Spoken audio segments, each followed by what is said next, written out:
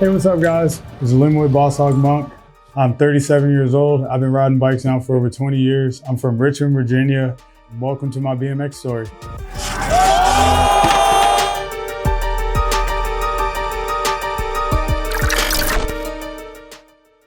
I saw my best friend one day ride into the skate park. At the time, I was rollerblading. And he's wearing all black. He's like hauling ass, jumping all over the park. And at the end of the session, he was like, "You want to ride my bike?" And then from there, I just hopped on. And the first trick he ever taught me, it was like a quarter. It was at Laurel Skate Park in Henrico. It was like a quarter and then it had like a fence. And I had to come through the snake run, hit the fence, and out of the park to this grass little area. Perfect time, perfect first tee. Pull up, bunny hop, everything from there. It was just I never went back to anything else. It was like always bikes, two wheels for me. I literally just hopped on the bike. I mean, other than that, I rode bikes in the neighborhood. My neighbors rode actual BMX, but I never had a BMX bike. So it was like, roller skating and skateboarding to me growing up was cheaper for my grandmother and my parents to actually afford. But as I got older, they saw that I was good at riding bikes. So they purchased me my first bike. I first started riding bikes, it was like 6 or 7. But my first actual BMX, real BMX bike, I want to say I was like 12 or 13. And it was a Swin Joey Garcia back trail. I remember it was a Swin. It was like a trail bike, but it was still, I put pegs on it and I rode it. You know what I mean? It was a forest green color. That was my first, that was it.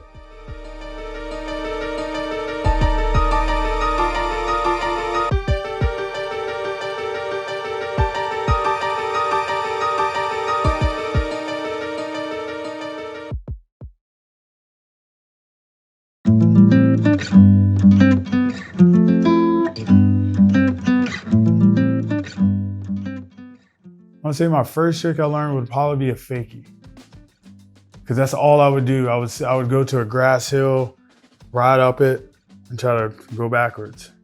And that to me would be considered my first trick that I actually learned was a fakie. My best friend, and then growing up a lot to me was animal videos.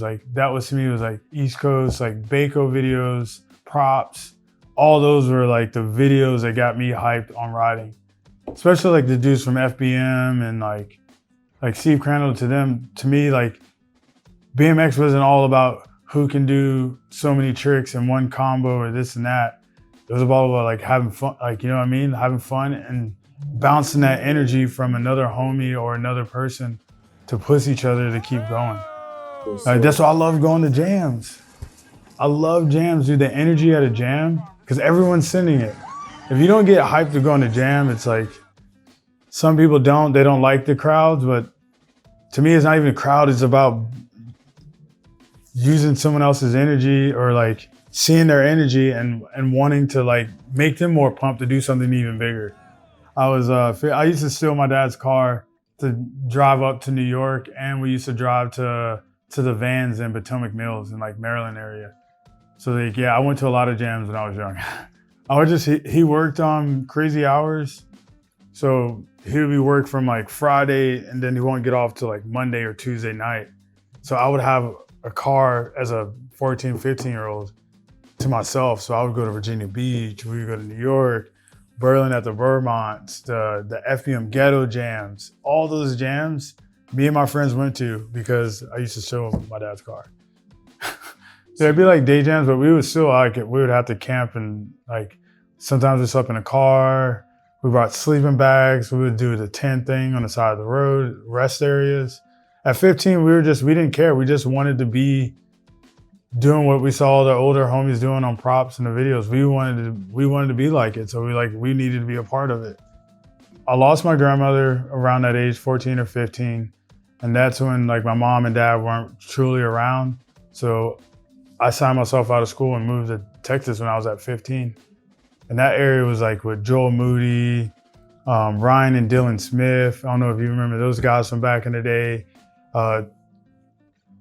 Chase Hawk I'm 37. I'm pretty sure I'm a little bit older than him, but to me, he was a little kid at the park, just was flowing. So that was that era that was probably for me is from I want to say from 15 to 18 in Texas was probably like some of the best times of my life with BMX. I signed myself out. My best friend at the time was already there, but I had another friend here that rode too. Him and kind of like a girlfriend I was seeing literally dropped me off at the Greyhound with my backpack. I had my bike and we took it apart and put it in a box, taped it. I grabbed some CDs from Walmart so I can listen to some music, grab some snacks, and just hopped on the bus and left. I unpacked everything into like a box, broke it down, because back then it wasn't really bike bags. Went to a bike shop, got a box, put my bike in it. I literally had a backpack full of clothes. Which is crazy about this story is everything made it there to Texas, but the stuff I brought on the bus with me. Like my bike made it, but I got robbed in Houston. No, I got robbed in Dallas before I got to where I was going to and Fort Hood and Killeen, where my bus originally was going. I was like, when you take breaks on the Greyhound bus for long distance, they get you off the bus, they gotta clean, you get food, snacks, do whatever. So I'm in the bathroom and a guy comes behind me with a big ass fucking knife and was literally took everything from me, dude. Like, luckily I had some cash like tucked away in my sock. I had to go buy like some flip flops I'm talking about, this man took my shoes, took my backpack that I had a Ride magazine. I had an Usher's Confession CD. This is how old this shit is. It happened when Usher Confession CD came out, because that's the CD I listened to on repeat all the way here, because they didn't have iPhones and iPads and all that. You know, I was still doing CD player. And at the time, I went to Walmart before I got on the Greyhound bus. And that was the only rap or any type of CD that they had at Walmart. So I literally listened to Usher Confessions from Virginia all the way until I got to Dallas, where I got robbed, where the dude took my CD player, my backpack. And then on top of it, I get to where I landed, which is Killeen, Texas. It's not where I live, but where my bus was going.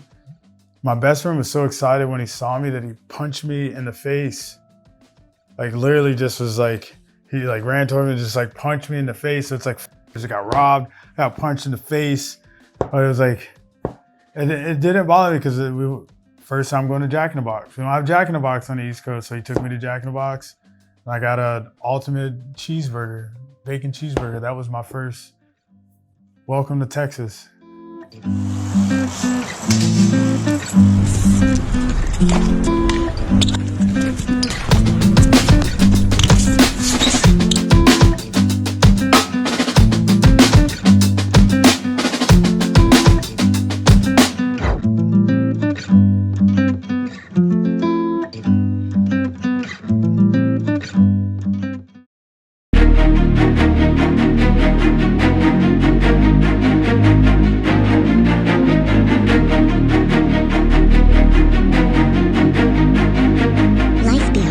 And that was crazy too, like even, and now I'm like thinking, like as I remember now, like there's like multiple families that actually like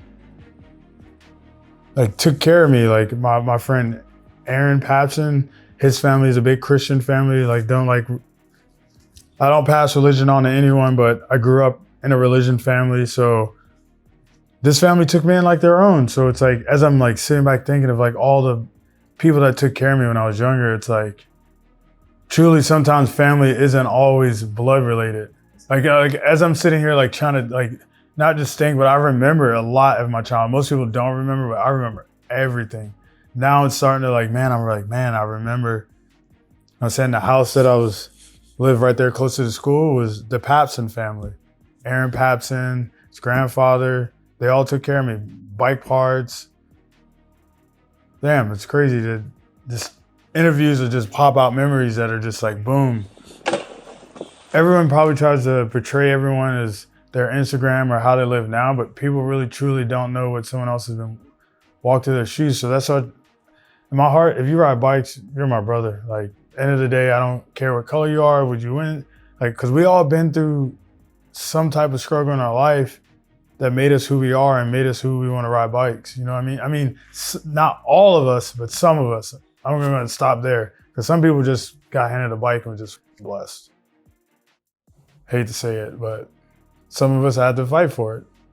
To be honest, it'd be my first trick would be, the trick that took me the longest would be a fakie, because I still suck at fakies now. As it is now, I can do a trick, I can do a tie rod perfect 1,000 times, but it'd be the fakie and the pullout that fucks me up every time. So yeah, it would have to be a fakie. That's what low-key, I'd rather just 3. If like my thing now is I'd rather 3 out of a tie rod than 180. But this is a fakie, man. It always gets me. Like I was at a jam once, I'm lacing the tie rod 100 times. Guess what killed me every time? The fakie. And pulling out. It's crazy. The simplest trick too, you know what I mean? Will's doing crazy rails and roof gaps and Hollywood high tires, but I can't fakie. My favorite trick would have to be a tie rod. Probably like almost like year to like actually truly get onto like a round rail that I consider not a skate park rail or a Sabrosa rail or a S&M rail. I say about a year before I got like the courage to actually like learn, and where I learned the trick. And then when I got it down, it was like second hand to me. Before I go, let's say if I wanted to do an ice or a double peg or a 2-tanger, in my mind mentally, if I can tie rod it, I can do any grind on it. Is how I think. At any height that the rail is, if I can tie rod it, I can do any grind on it. Mentally in my head is how I think. Man, it's so many, but I guess the most recent one would be the tie rod down Hollywood High.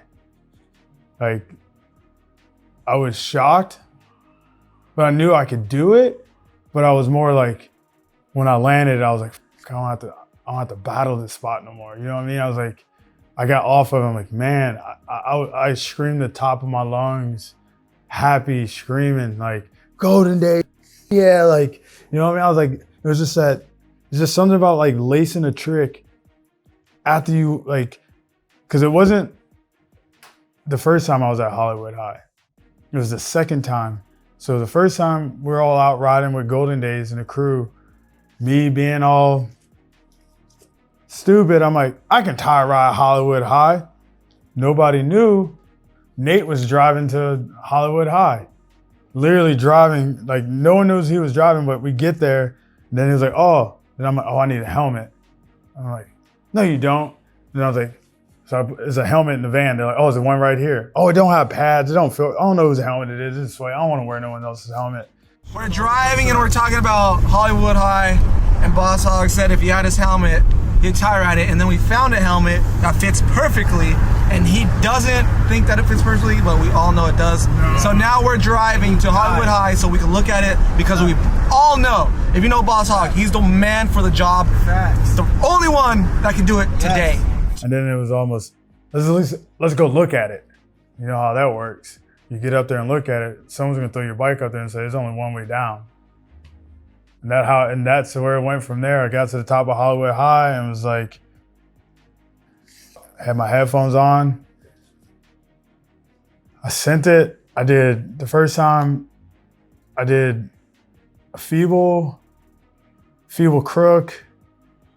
I did a tires, and then like kind of the tires popped off and I went into like a crook, and then I literally just went straight down, shoulder into the ground, football tackle. And this was on a Sunday, so it was the whole next week. I went back and I was sore, you know what I mean? I'm a dad, I'm a full-time dad, full-time work, so it's like, man, no matter how much I fall or hurt or get sore at a jam or event, I gotta man up and be able to go to work. So I worked through my shoulder pain. By Friday, I called all the guys over at Golden Days, called Nate and was like, I'm ready. Sundays normally our riding day. It's a day for everybody. So we went out there. I was low-key kind of pressed about it from falling before.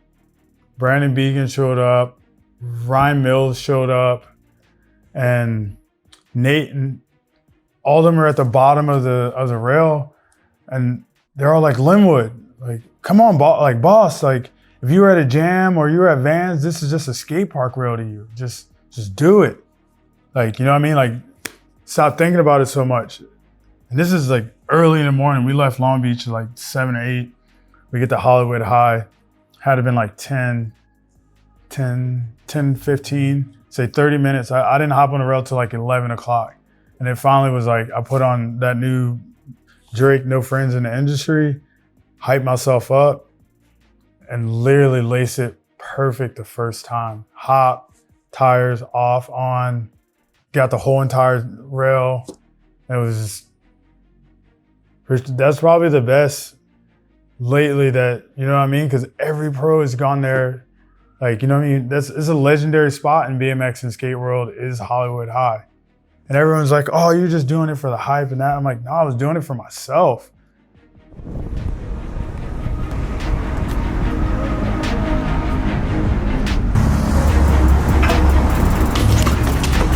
Ooh.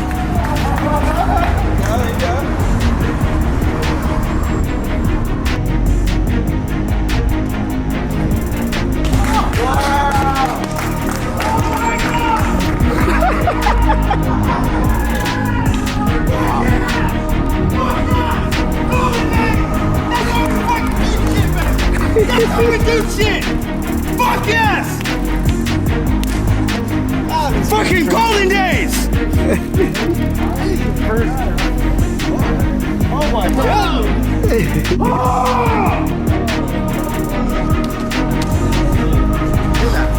Yeah, man. Wow. Yeah, that was. I told you, if you committed, you would do it. I told you. Did I not tell you? I told you, committed, you would have done it. Yes!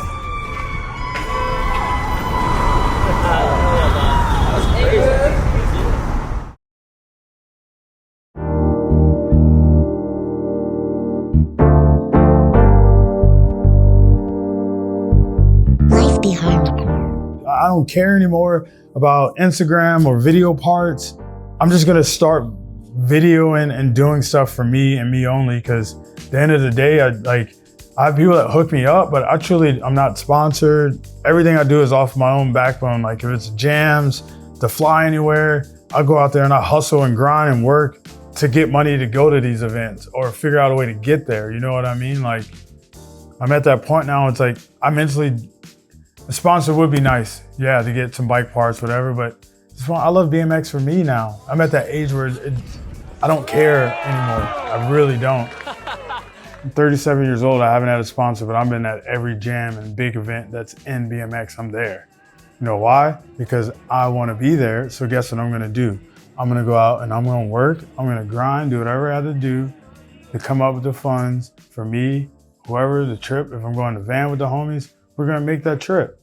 You know what I mean? And that's what makes BMX what it is like, you don't always need a sponsor, but again, it'd be nice, and it's very nice when you have a sponsor, because certain kids, you see how they ride now, when they get that thing where it's like almost a company is gonna back me, and they feel that comfortable where they're gonna put their name and brand after me. If you think that I ride crazy and I do crazy things now, put me on your flow team, put your brand behind me, and I'm gonna go, I still got a lot of juice left. A lot of juice left.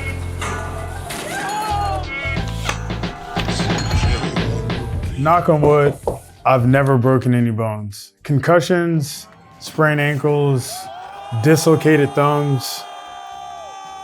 No, nothing broken, but the worst crash would be a rainy day in Richmond, Virginia. It was an FBM Animal Street Jam. It's this wall. And there's a top parking lot, and then down here, it's a wall that you can it's a white wall that people use to get up to the upper parking lot. So there's a wall. So I took a parking stub and moved it over and put it on this, in front of this brick ledge thing. So I had to bump jump the parking deck, stopper over the wall and land onto another wall. First time. Boom.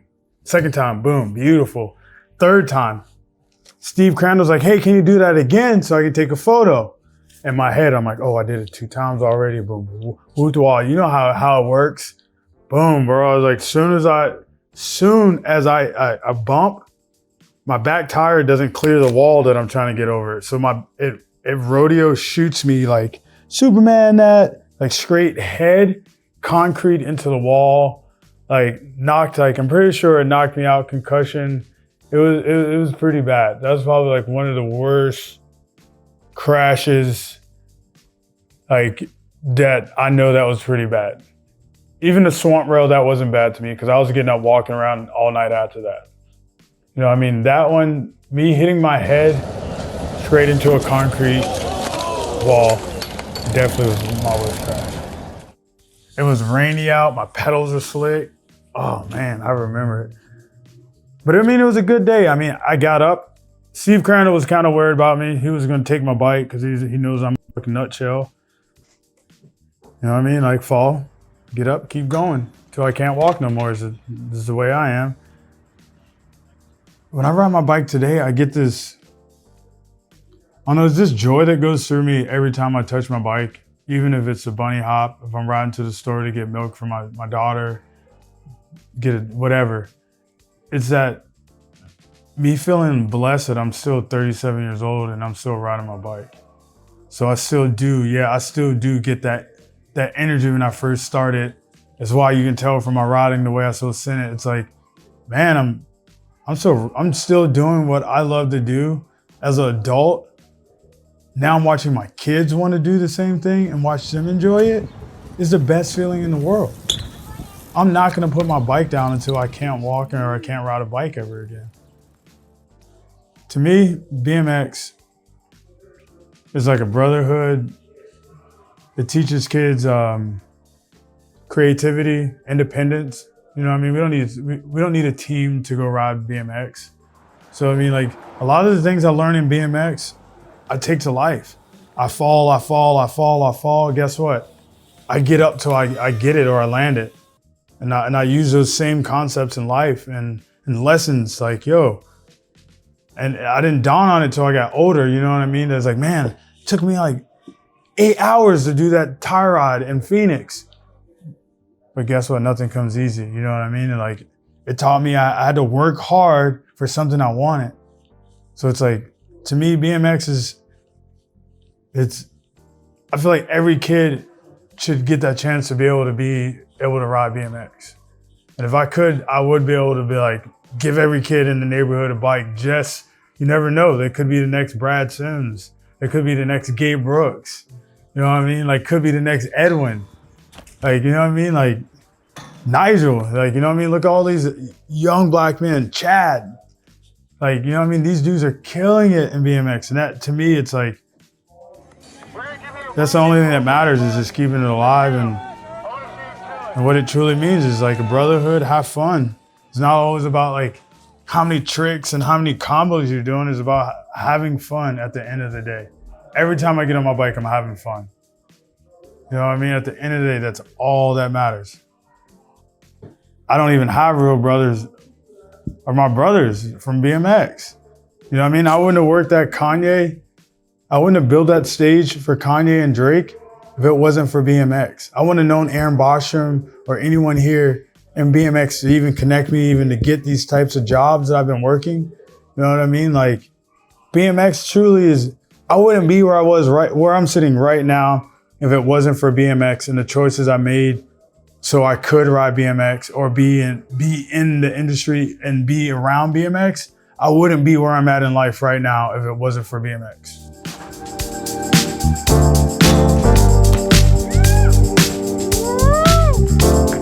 Redemption, baby, that was clean.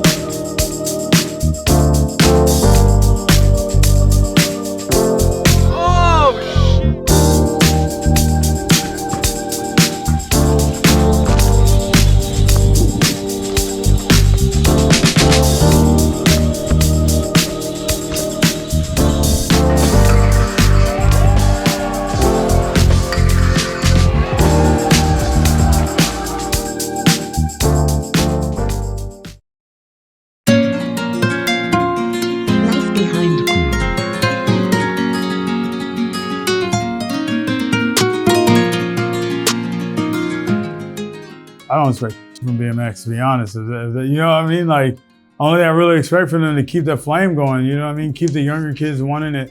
Because remember back in the, I don't know if you remember when BMX died. They weren't doing shows no more. Like X Games kind of just like flickered away. Then out of nowhere, here comes Matt Hoffman and all those dudes, Dave Mirra, all that era of dudes that brought BMX back. And sometimes I sit and think, I'm like, BMX is so watered down and saturated with a bunch of companies that truly don't care about BMX, that they just want to make the money off of people, that I feel like is what's killing BMX. Because if you had the real companies that were around, they'd be making more money to actually pay riders. You know what I mean? Like you look at skateboarding, they make money.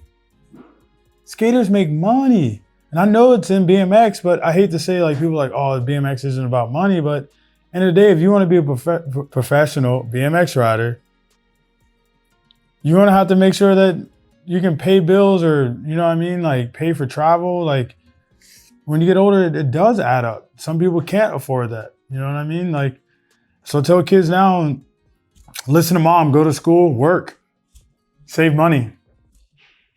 When you turn 18, you'll be able to get a car, get a job, do it. All the things you don't want to do it.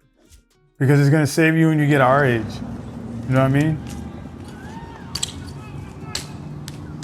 So places I've traveled with my BMX has been all over the United States.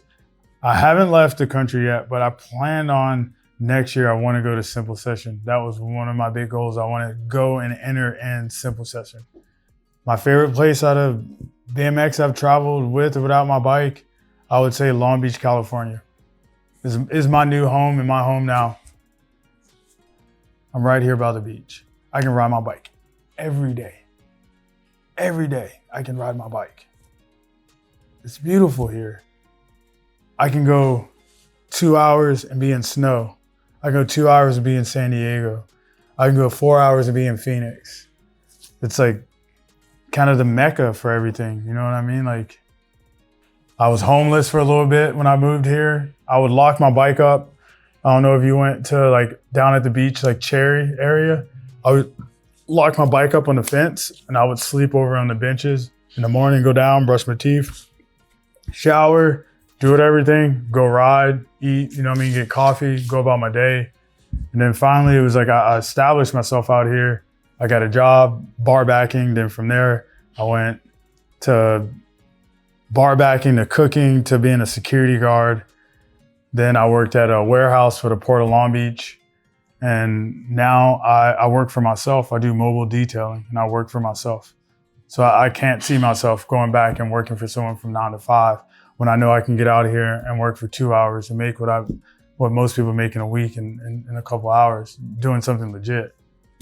My mobile detailing is Monk Mobile Spa. And that's just like that, Monk Mobile Spa. Hit me up, share, like, you know what I mean, repost, you know what I mean, support another local Black owned company. I'm just out here, just trying to take care of my family. That's it. Cool thing is that I got a 15-year-old son and I look at him, he's like the better version of me.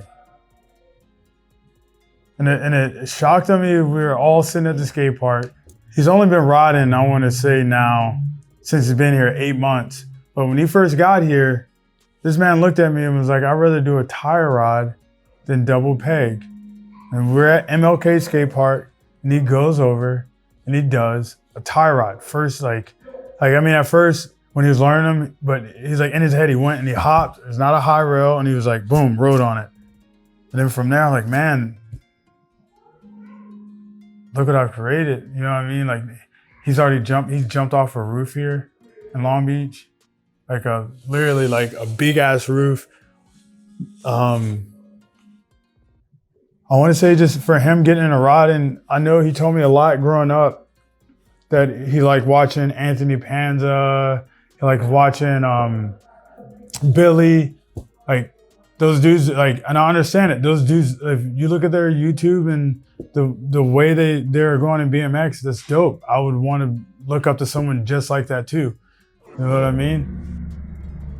The person that really inspired me to like ride and do all the crazy gnarly like send it big rails would have to be Dennis Anderson, dude.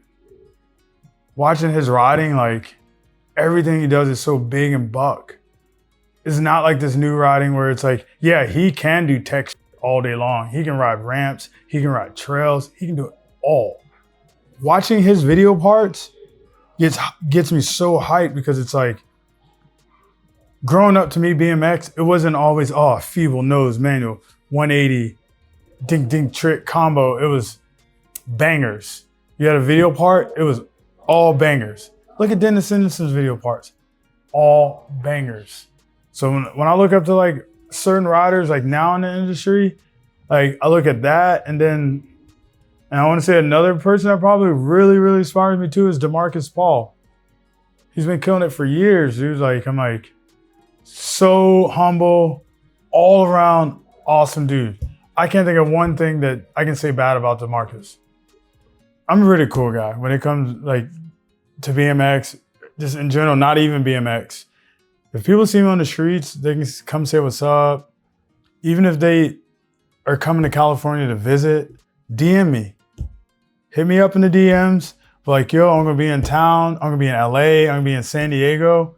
I will link you with people I know. I will put you in situations where you have a good time while you're out here and be able to ride spots. Some days, if I'm not working because I work for myself, I can make the schedule where I can go out and ride. So hit me up, we go out and film. And you don't even have to be on no like pro stuff. Like I have people hit me up from all over, from Texas, from Florida when they come in. I just literally show them around town. And it's like, at the end of the day, we're all just trying to have fun. Let's ride bikes, have some fun. You know what I mean? Go do some tabletop, peg chinks, show you the city. So much life to live other than just how many followers you have and all that nonsense. Because back in the era growing up, what do you think Van Homan, Edwin? Do you think Edwin had followers? Do you think Edwin literally sat on the phone and gave a shit about followers? No, Edwin went out in the street and was like, oh, I'm gonna do a truck. I'm gonna do a truck on this. Oh, I'm gonna do this switch. I'm gonna do switch bar to this. He went out and had fun with his homies. We're so stuck in this world that I feel like we're losing the fun in BMX because everyone's like, oh, likes, follows, and that sucks because that's what companies like too. Oh, this person has this many followers. That means that we're gonna get this many people buying products. But it's just, I guess, the era. But at the end of the day, we just, like I did. I'm not used to it. I don't like it. But as a business owner, mobile detailing, and as a BMXer and photographer, I have to have social media. So I have to use it. So it's like, it sucks. But when I meet a person, I'm not like, oh, you have 5 million followers. That makes you the best person in the world. You can have 1 million followers and be the shittest person in the world. But you can have the normal low Joe here with 1,200 followers, and this dude loves BMX. He's doing it for the love of it, like, you know what I mean? Like, and that's all that matters to me. And I feel like new generation, if I had any advice for these new kids growing up, I'd say being sponsored, do this for yourself. If you have a homie as a team that y'all doing a mixtape, you're doing a video, go out and put videos out, put out videos. Don't fall for you want to be sponsored stuff. Work, save your money, go to school, do what your parents do. You know what I mean? Some kids, if you go to school and you listen to your parents, they'll make sure you're going to work or you're going on camps.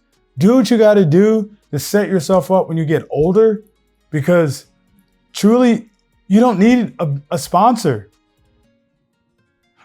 To do all these things that you see your favorite Instagram pro riders doing, you don't need a sponsor. Get a job, do it yourself. And then you don't have to do it for nobody else but yourself. At the end of the day, they're like, who you did that for? Myself. Hella shout outs. We got my boy at Nate over here at Golden Days, always blessing us in Long Beach.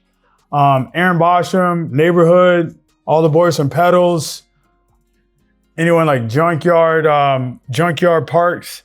They've always taken care of me. It's so many people, mom and dad, I guess. Everyone, all the homies that back me, that truly put in a word, like, I love you guys. I really don't need a shout out because you know who you are, because you're in my life. And I guess a big shout out to the homie here, Life Behind Grips, doing this interview to get my story of BMX, my life behind the grips and the bars of BMX out to the world, to you guys. Feeble Life, another one. They've been taking care of me since I dropped my video part for Feeble Life. They've been taking care of me. All the dudes that are here locally, Aaron Bostrom, all the old school heads, my best friend, Vel, everyone is just like, yo, that even when it's not coming to BMX, they help me make the right choices that I need to be right to set myself up as a father and a BMXer and a normal person. So I was gonna shout out to all my homies. Love you guys.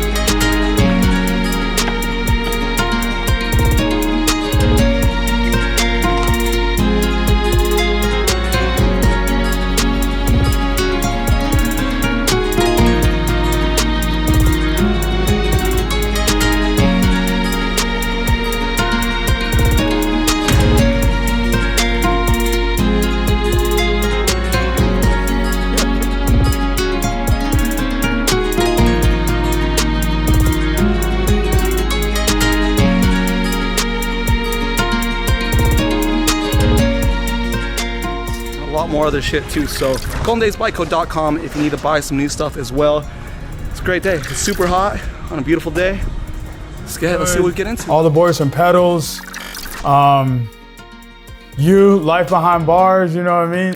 Life Behind, oh, I did it again. Let me start over, because you can edit that.